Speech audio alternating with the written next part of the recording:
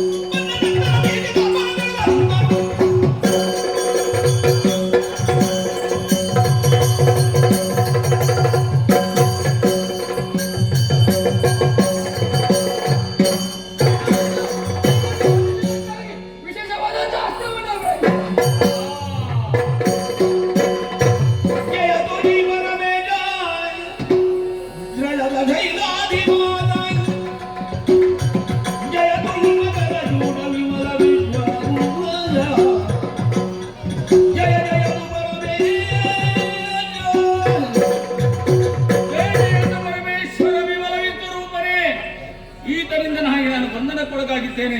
ನನ್ನ ಬಂಧನವನ್ನು ಬಿಡಿಸುತ್ತಿರುವವರೇ ಜಯ ಜಯ.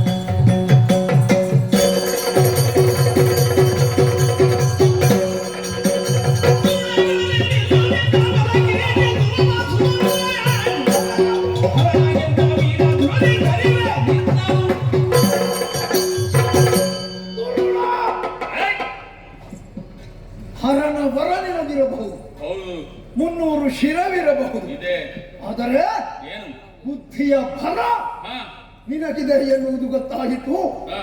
ವಿದ್ಯೆಯನ್ನು ವಿವಾದಕ್ಕೆ, ದೇಹ ಶಕ್ತಿಯನ್ನು ಪರಪೀಡೆಗೆ, ಧನವನ್ನು ಧರ್ಮ ಪ್ರದರ್ಶನಕ್ಕೆ ಯಾವನು ವಿನಿಯೋಗಿಸ್ತಾನೋ ಅವನನ್ನು ಈ ಸಮಾಜ ದುಷ್ಟ ಅಂತ ಸಂಬೋಧಿಸ್ತಾರೆ. ಇಂದ್ರ ಸುತನನ್ನು ಕೆಣಕಿ ನೀನು ಬದುಕುವುದನ್ನು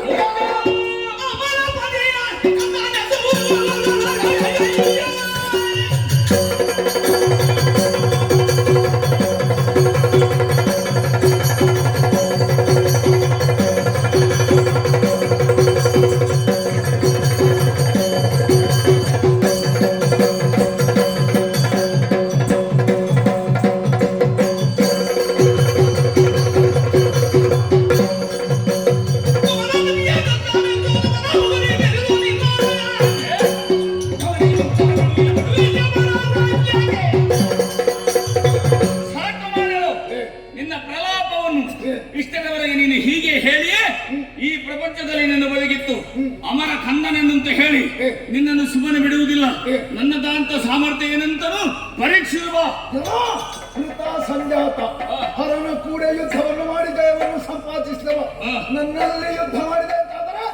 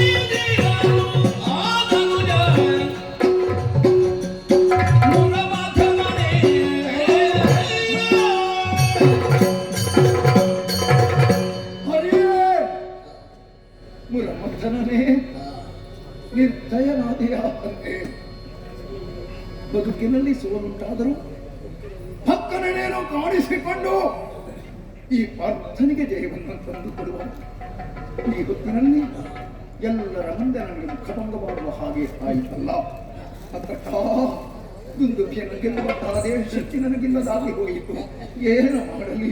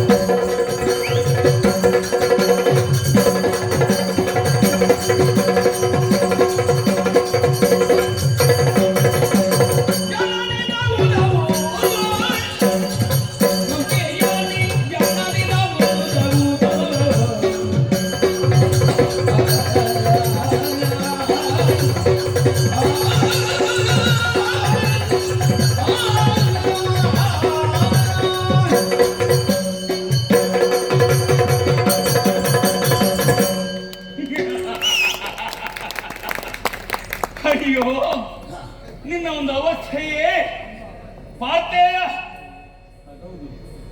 ಯಾರು ಹೇಳಿದದು? ಎಲ್ಲರ ಅವಸ್ಥೆ ಹಾಗೆ, ಯಾವಾಗ ಏನಾಗುತ್ತದೆ ಅಂತ ಹೇಳಲಿಕ್ಕೆ ಆಗುವುದಿಲ್ಲ. ಮೂರು ಲೋಕದ ಗಂಡ ಪರಶಿವನನ್ನು ಮೆಚ್ಚಿಸಿದವ, ಶೂಲಪಾಣಿಯ ಒಳಗೆ ಕಾದಾಟವನ್ನು ಮಾಡಿದವ ಕಾಂತೆಯ.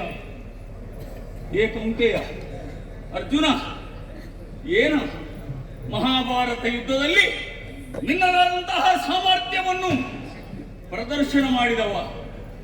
ದ್ರೋಣಾಚಾರ್ಯರನ್ನು ಕೊಂದೆ, ಭೀಷ್ಮಾಚಾರ್ಯರನ್ನು ಸರಳ ಮಂಚಕ್ಕೆ ಒರಗಿಸಿದೆ. ಒಬ್ಬೊಬ್ಬೊಬ್ಬೊಬ್ಬೊಬ್ಬೊಬ್ಬ ನಿನ್ನದಾದಂತಹ ಪೌರುಷ ಮೂರು ಲೋಕಕ್ಕೂ ತಿಳಿಯುವಂತೆ ಮಾಡಿದಂತಹ ಸಾಹಸಿ ನೀನು. ಪಾರ್ಥ ಎಂಬುದರ ಉತ್ತರ.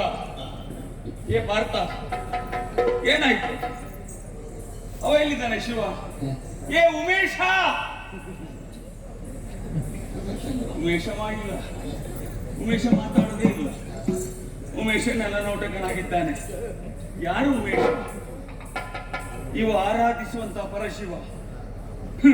ಉಮೇಯ ಕಾಂತ. ಅವನು ಕೂಡ ಇಲ್ಲ.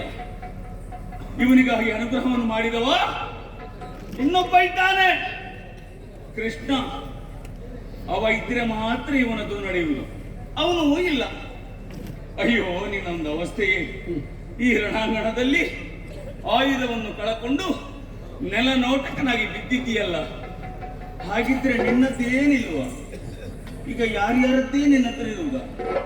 ಹಿಂದಿನವರದ್ದೇ ಇರುವುದ? ಮುಂದೆ ನಿನ್ನದ್ದು ಏನಿಲ್ವಾ? ಅಯ್ಯೋ ನಿನ್ನ ಒಂದು ಅವಸ್ಥೆಯೇ.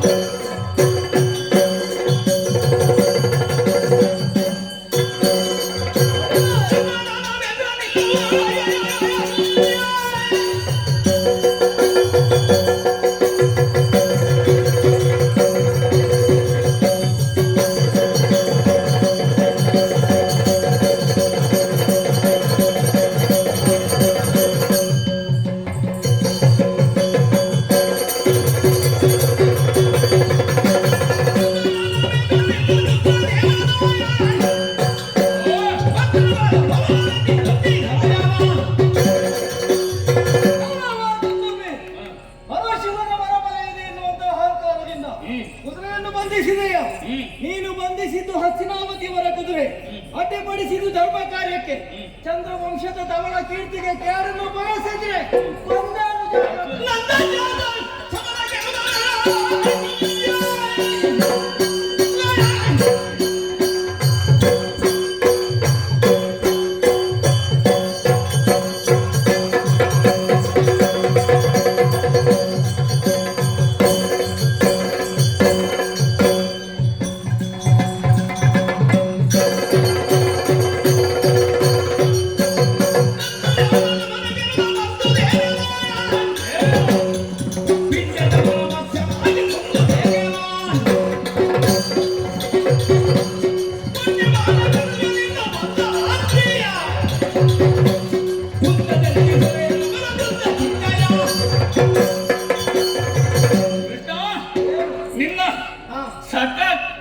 ಅರ್ಜುನನಿಗೆ ನೋವಾದಾಗ ಓಡಿಕೊಂಡು ಬಂದೆ. ಅದು ಹಾಗೆ ಕರು ಅಂಬಾ ಎಂದು ಕರೆದವಾಗ ಓ ಎಂದು ಎಲ್ಲಿದ್ದರೂ ಕೂಡ ಓಡಿ ಬಂದೆಯ. ಕೃಷ್ಣ ಮೊದಲು ನಿನ್ನ ಸಾಮರ್ಥ್ಯ ಅದನ್ನು ಅನ್ನಿಸ್ತೇನೆ ಬಾ. ಹೌದಾ?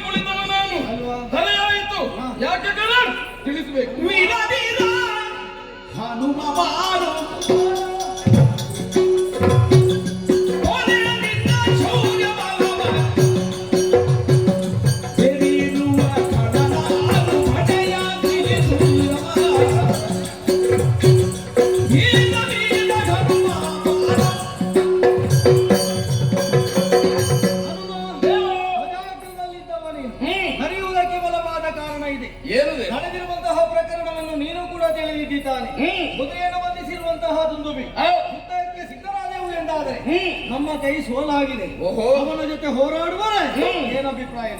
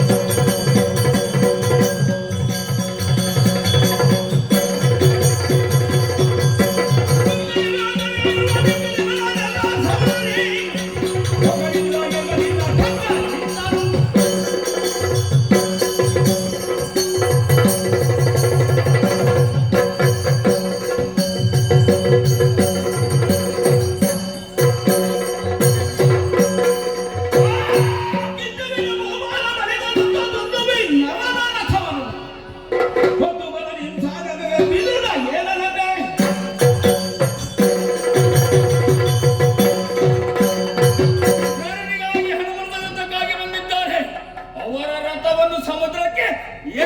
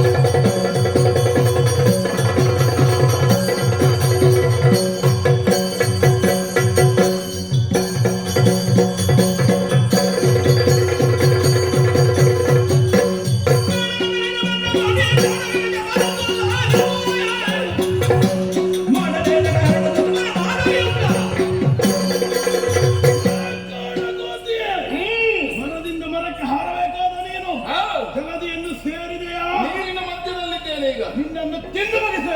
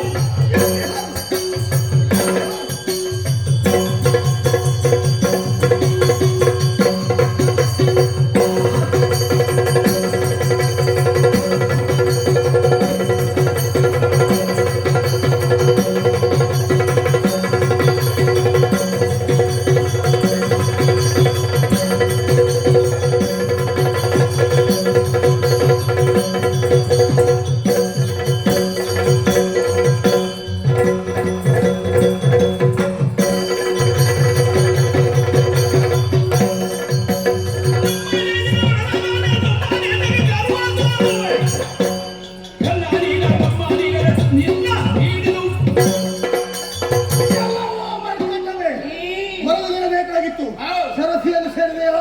ನಮ್ಮನ್ನು ಕೆಳಕಿದವರು ಯಾರು ಕೂಡ ಉಳಿದಿದ್ದಿಲ್ಲ. ಇದು ನೀನು ಯಾವ ಲೆಕ್ಕವೋ ಕಾಲವನ್ನು ಹಿಡಿದು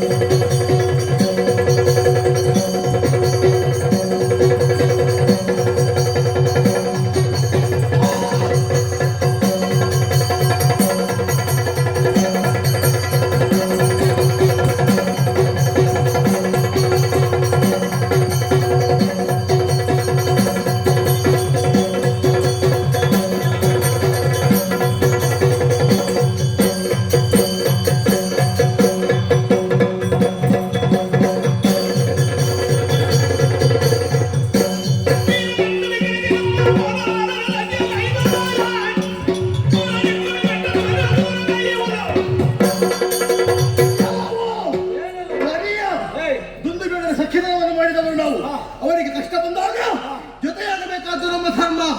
ತುಲ್ಯಾಡಿ ಮಿತ್ರತ್ವವನ್ನು ಮಾಡಿದ್ದೇವೆ. ಈ ದಿನ ಅದೇಂತಾದ್ರೆ ಕೊಂದು ಮುಗಿಸಿ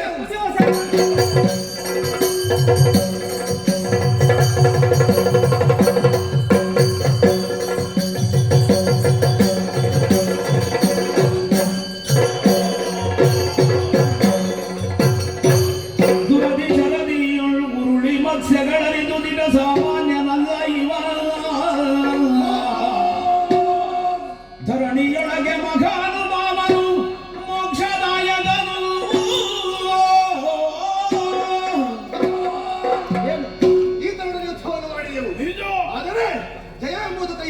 ಇಲ್ಲ. ಈತ ಸಾಮಾನ್ಯನಲ್ಲ, ಶರಧಿಶಯನಿದ್ದಾನೆ, ಶ್ರೀಮನ್ನಾರಾಯಣನಿದ್ದಾನೆ.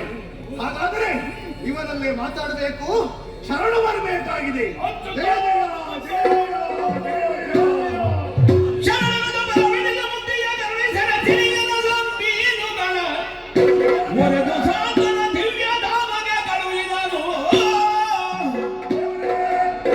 ನಿನ್ನೊಡನೆ ಯುದ್ಧವನ್ನು ಮಾಡಿದೆವು, ವಿರೋಧವನ್ನು ಕಟ್ಟಿದೆವು. ನೀನು ಯಾರು ಎಂಬುದನ್ನು ಅರಿಯದೆ ಈ ರೀತಿಯಾದಂತಹ ಪ್ರವೃತ್ತಿಯನ್ನು ಕೈಗೊಂಡವರು ನಾವು. ದೇವರೇ, ಸುಜ್ಞಾನವೆಂಬುದನ್ನು ಮುಂಭಾಗದಲ್ಲಿ ಕಾಣಿಸುತ್ತಾ ಇದೆ. ದಿವ್ಯ ಮಂಗಲ ಸ್ವರೂಪವನ್ನು ಕಂಡಾಕ್ಷಣ ನೀನು ಯಾರು, ನಾನು ಯಾರು ಎನ್ನುವ ಅರಿವು ನಮಗಾಗುತ್ತಾ ಇದೆ. ದೇವರೇ, ನಮಗಿನ್ನು ಬದುಕಬೇಕು ಎನ್ನುವಂತಹ ಯಾವುದೇ ಅವಶ್ಯಕತೆ ಇಲ್ಲ. ಇದುವರೆಗೆ ಅಧರ್ಮಿಗಳಾಗಿ ನಡೆದವರು ನಾವು. ಆದರೆ ಮೋಕ್ಷದ ದಾರಿಯನ್ನು ಕರುಣಿಸುವುದರ ಜೊತೆಯಲ್ಲಿ ನಮ್ಮ ಹೆಸರೆಂಬುದು ಆ ಚಂದ್ರೋರ್ಕವಾಗಿ ಉಳಿಯುವಂತೆ ಒಂದು ವ್ಯವಸ್ಥೆಯನ್ನು ಮಾಡಬೇಕು. ದೇವರೇ, ವೇದವನ್ನು ಅಪಹರಿಸಿರುವಂತಹ ತಮಾಸುರನ್ನು ವಧಿಸುವುದಕ್ಕೆ ಬೇಕಾಗಿ ನಾನು ಮತ್ಸ್ಯಾವತಾರವನ್ನು ತಾಳಿದ್ದೆ. ಅದರ ಅಂಶಗಳೇ ನೀನು. ಹಾಗಿರುವಾಗ ನೀವಿರಬೇಕಾದಂತಹ ಜಾಗ ಇದಲ್ಲ. ಇದೋ ಕರುಣಿಸಿದ್ದೇನೆ, ದಿವ್ಯ ಧಾಮ. ಶುಭವಾಗಲಿ.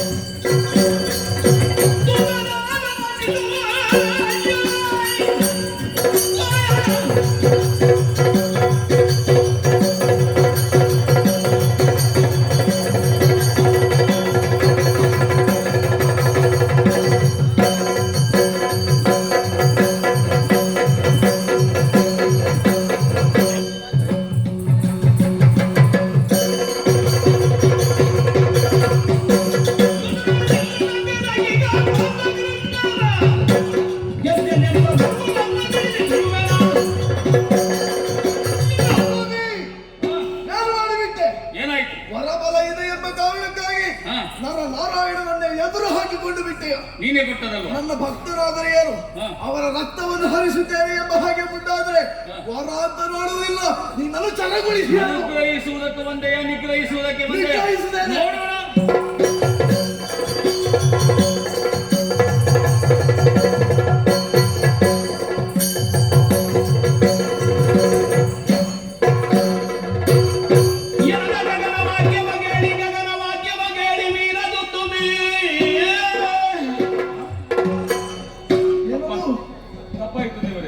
ಬ್ರಹ್ಮದೇವರೇ ಹೇಳ್ತಾರೆ, ನೀವು ಹೇಳಿದಾಗೆ ಮಾಡ್ತೇನೆ ನಾನು. ಬೇಡಂತೆ ನೋಡುವ, ವರಬಲವನ್ನು ದುರುಪಯೋಗಗೊಳಿಸಬೇಕು. ಕುದುರೆ ಬಿಟ್ಟಿದ್ದೇನೆ, ನೋಡುವ.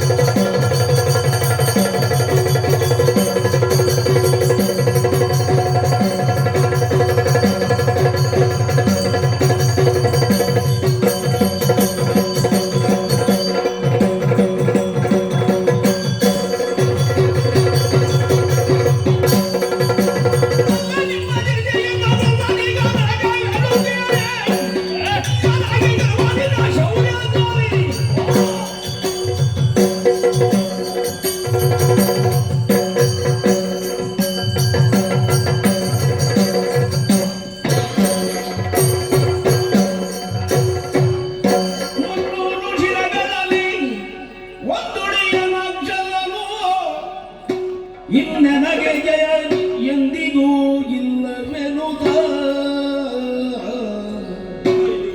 ಮನ್ಮನದಿ ನಿನೆದು ಸಾಷ್ಟಾಂಗ ಎರಗಿನನು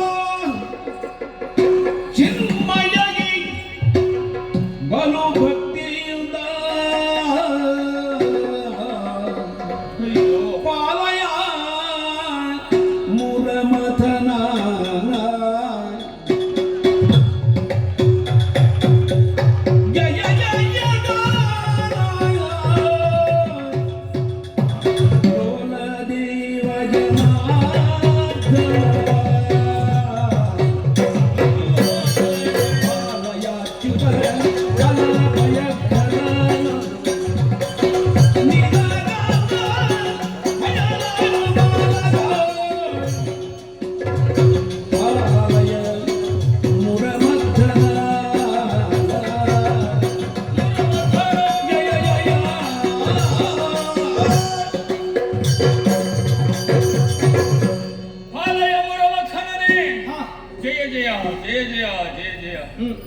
ನಿನ್ನ ದಿವ್ಯ ಪಾದಾರವಿಂದಗಳಿಗೆ ನನ್ನ ಶಿರಸ್ಸನ್ನು ಚಾಚಿದ್ದೇನೆ ಸ್ವಾಮಿ.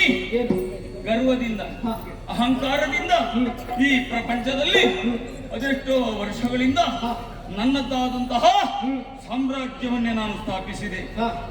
ನನಗೆ 300 ತಲೆ, 3000 ಕೈಗಳು, ಯಾರನ್ನೂ ಲೆಕ್ಕಿಸುವುದಿಲ್ಲ ಅಂತ ನನ್ನ ಭ್ರಮೆ. ಏನು ಮಾಡೋಣ ಪ್ರಭು? 299 ಶಿರಗಳು ನಿನ್ನ ಕರದಲ್ಲಿದೆ. 3998 ಕರಗಳು ಅದು ನಿನ್ನ ಪಾದದ ಮೂಲದಲ್ಲಿದೆ. 2 ಕೈ, 1 ಶಿರ. ಅಹಂಕಾರದಿಂದ ಯಾವುದು ಪ್ರಮತ್ತವಾಗಿ ಬೆಳೆಯುತ್ತಾ ಇತ್ತೋ ಅದೆಲ್ಲವೂ ಸರ್ವನಾಶವಾಗಿ ಹೋಯಿತು. ಹಾಗಿದ್ರೆ ಈ ಪ್ರಪಂಚದಲ್ಲಿ ಹೆಚ್ಚಾದದ್ದು ಯಾವುದು ಉಳಿಯುವುದಿಲ್ವ ಸ್ವಾಮಿ? ಅರ್ಥ ಆಯಿತು. ಯಾವುದು ನಮಗೆ ಪ್ರಾಪ್ತಿಯೋ ಅದಷ್ಟನ್ನು ಮಾತ್ರ ನಾವು ಅನುಭವಿಸಬೇಕು. ಅಲ್ಲದೆ ಇರುವುದನ್ನು ನಮ್ಮದ್ದು ಅಂತ ತಿಳಿದು ಅದನ್ನು ನಾವು ಭೋಗಿಸಬಾರದು ಎನ್ನುವುದು ಈಗ ಅರ್ಥ ಆಯಿತು. ದೇವರೇ, ನಿನ್ನ ಶರಣಾರವಿಂದಗಳಿಗೆ ನನ್ನ ಶಿರಸ್ಸನ್ನು ನಾನು ಇಟ್ಟಿದ್ದೇನೆ ಪ್ರಭು. ನನಗೆ ಬದುಕುವುದಕ್ಕೆ ಆಶೆ ಇಲ್ಲ, ನನಗೆ ಬೇಡ ಸ್ವಾಮಿ. ಈ ಶರೀರ ಭಾರ ಆಗಿದೆ. ಯಾರಿಗೆ ಬೇಕು ಹೇಳು ಸ್ವಾಮಿ? ಯಾರು ನನ್ನನ್ನು ಕೇಳುವವರು ಇಲ್ಲ, ಹೇಳುವವರು ಇಲ್ಲ. ಎಲ್ಲವರು ಕೂಡ ಈ ಪ್ರಪಂಚದಲ್ಲಿ ಒಂದು ವೇದಿಕೆಯಲ್ಲಿ ನಮ್ಮದ್ದಾದಂತಹ ಸಾಧನೆಯ ಸಾಮರ್ಥ್ಯವನ್ನು ನೋಡುವಾಗ ಕೈ ಚಪ್ಪಾಳೆ ತಟ್ಟಿ ಅಬ್ಬ ಅಂತ ನಗುತ್ತಾರೆ. ಎಲ್ಲವರು ಹೊಗಳುತ್ತಾರೆ. ನಮಗೇನಾದ್ರೂ ಒಂದು ಕಾಲಿನ ಬೆರಳಿಗೆ ನೋವಾದ್ರೆ ಕೇಳುವುದಕ್ಕೆ ಯಾರು ಬರುವುದಿಲ್ಲ. ಏನಾದ್ರೂ ಒಂದು ದೂರುತ್ತಾರೆ, ಅವ ಹಾಗೆ ಹೀಗೆ ಅಂತ. ಇದೇ ಸ್ವಾಮಿ ಪ್ರಪಂಚದಲ್ಲಿ. ಹಾಗಿದ್ರೆ ಬದುಕು ಎನ್ನುವುದು ಯಾವರಲ್ಲಿ, ಯಾವುದರಲ್ಲಿ ಅಂತ ಕೇಳಿದ್ರೆ ಅದು ನಿನ್ನಲ್ಲಿ. ಪ್ರಭು, ಶರಣಾಗತನಾಗಿದ್ದೇನೆ. ರಕ್ಷಿಸು ಸ್ವಾಮಿ, ರಕ್ಷಿಸು. ದೈವ ಒಂದೇ, ಅದನ್ನು ಲೋಕವು ಶೈವ ವೈಷ್ಣವರೆಂದು ಕರೆಬೂತ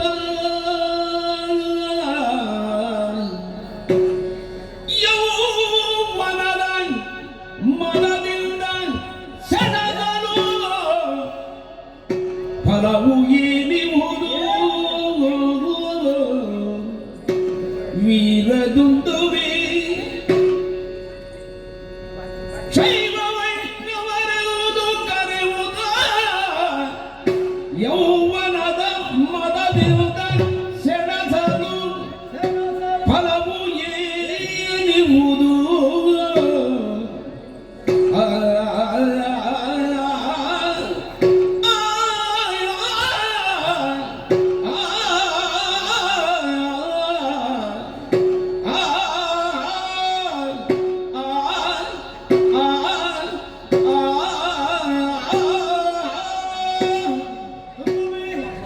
ಪರಮಾತ್ಮ ಆಡಾಕಾಡಿಯಾಗಿ ನಡೆದಿರುವಂತಹ ಸಮರದಲ್ಲಿ ನಿನ್ನ ಪಾಲಿಗೆ ಸೋಲವಾಗಿದೆ. ಪ್ರಾಣಗುಂದಿ ಪ್ರಾಣ ಹೋಗುವಂತಹ ಸ್ಥಿತಿಯಲ್ಲಿ ನೀನಿದ್ದಿ. ಪರಶಿವನನ್ನು ತಪಸ್ಸಿನ ಮೂಲಕ ಮೆಚ್ಚಿಸಿ ಅಭೇದ್ಯವಾಗಿರುವಂತಹ ವರವನ್ನು ಪಡೆದವನೇ. 300 ಶಿರಗಳು, 3000 ಕರಗಳು.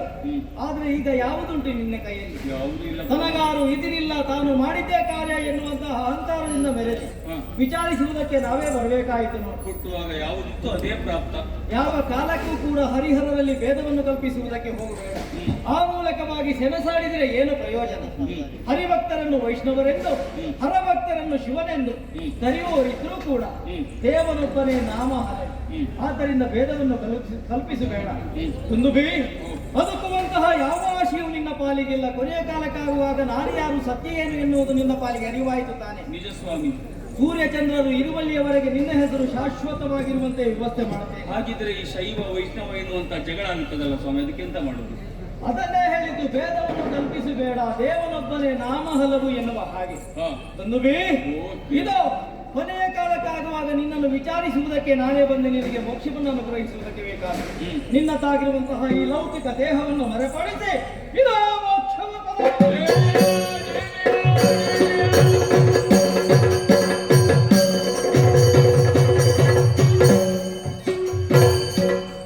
ಅರ್ಥ. ಶ್ರೀಕೃಷ್ಣ ವೀರಾವೇಶದಿಂದಲೇ ಕುದುರೆಯನ್ನು ಬಂಧಿಸಿದ. ಕೊನೆಯ ಕಾಲಕ್ಕಾಗುವಾಗ ಅವನೇ ಸಾವನ್ನಪ್ಪಿದ. ನಿಜ. ಎಷ್ಟಿದ್ದರೆ ಏನು ಪ್ರಯೋಜನ ಹೇಳಿ? ಬೇಕಾದ ರೀತಿಯಲ್ಲಿ ವಿನಿಯೋಗಿಸಿದ್ರೆ ಮಾತ್ರ ಸಾಧ್ಯ ತಾನೆ. ಆದ್ರೆ ಈತ ಮಾಡಿದಂತಹ ಅಹಂಕಾರದಿಂದ ಅವನ ಸಾವನ್ನು ಅವನೇ ತಂದುಕೊಂಡ. ಸತ್ಯ. ಏನೇ ಇರಲಿ, ನಮ್ಮದಾಗಿರುವಂತಹ ವಿಜಯ ದುಂದುಬಿ ಯಾತ್ರೆ ಇದೇ ರೀತಿಯಾಗಿ ಮುಂದುವರಿಯಲಿ ಎನ್ನುವಂತಹ ಕಥೆಯಲ್ಲಿ ಅಂತರ್ಗತವಾಗಿರುವಂತಹ ತತ್ವವೇ ಪ್ರಸಾದ ರೂಪವಾಗಲಿ. ಈ ಪುಣ್ಯ ಕಥಾನಕವನ್ನು ಭಕ್ತಿ ಶ್ರದ್ಧೆಯಿಂದ ಯಾರು ನೋಡಿದ್ರು, ಯಾರು ನೋಡುವುದಕ್ಕೆ ಅನುಕೂಲ ಮಾಡಿಕೊಟ್ಟಿದ್ದಾರೆ ಅಂತವರಿಗೆ ನಾವು ನಂಬಿರುವಂತಹ ಶ್ರೀ ಮಹಾಗಣಪತಿ, ಕೋದಂಡರಾಮ ಆಂಜನೇಯ ಸ್ವಾಮಿ, ಸ್ಥಳದೇವರು ಆಯುಷ್ಯ ಆರೋಗ್ಯದಲ್ಲಿದ್ದು ಕಾಪಾಡಲಿ ಎನ್ನುವ ಹಾಗೆ ಬೇಡಿಕೊಳ್ಳುತ್ತಾ ಪುಣ್ಯ ಕಥಾನಕಕ್ಕೆ ಮಂಗಲ. ಕಲ್ಯಾಣಪುರಗಾತ್ರಾಯ ರವಿನಾಥ ಪ್ರಣಾಯಿನಿ ಶ್ರೀಮದ್ ವೆಂಕಟನಾಥಾಯ ಶ್ರೀನಿವಾಸಾಯ ತೇ ನಮಃ.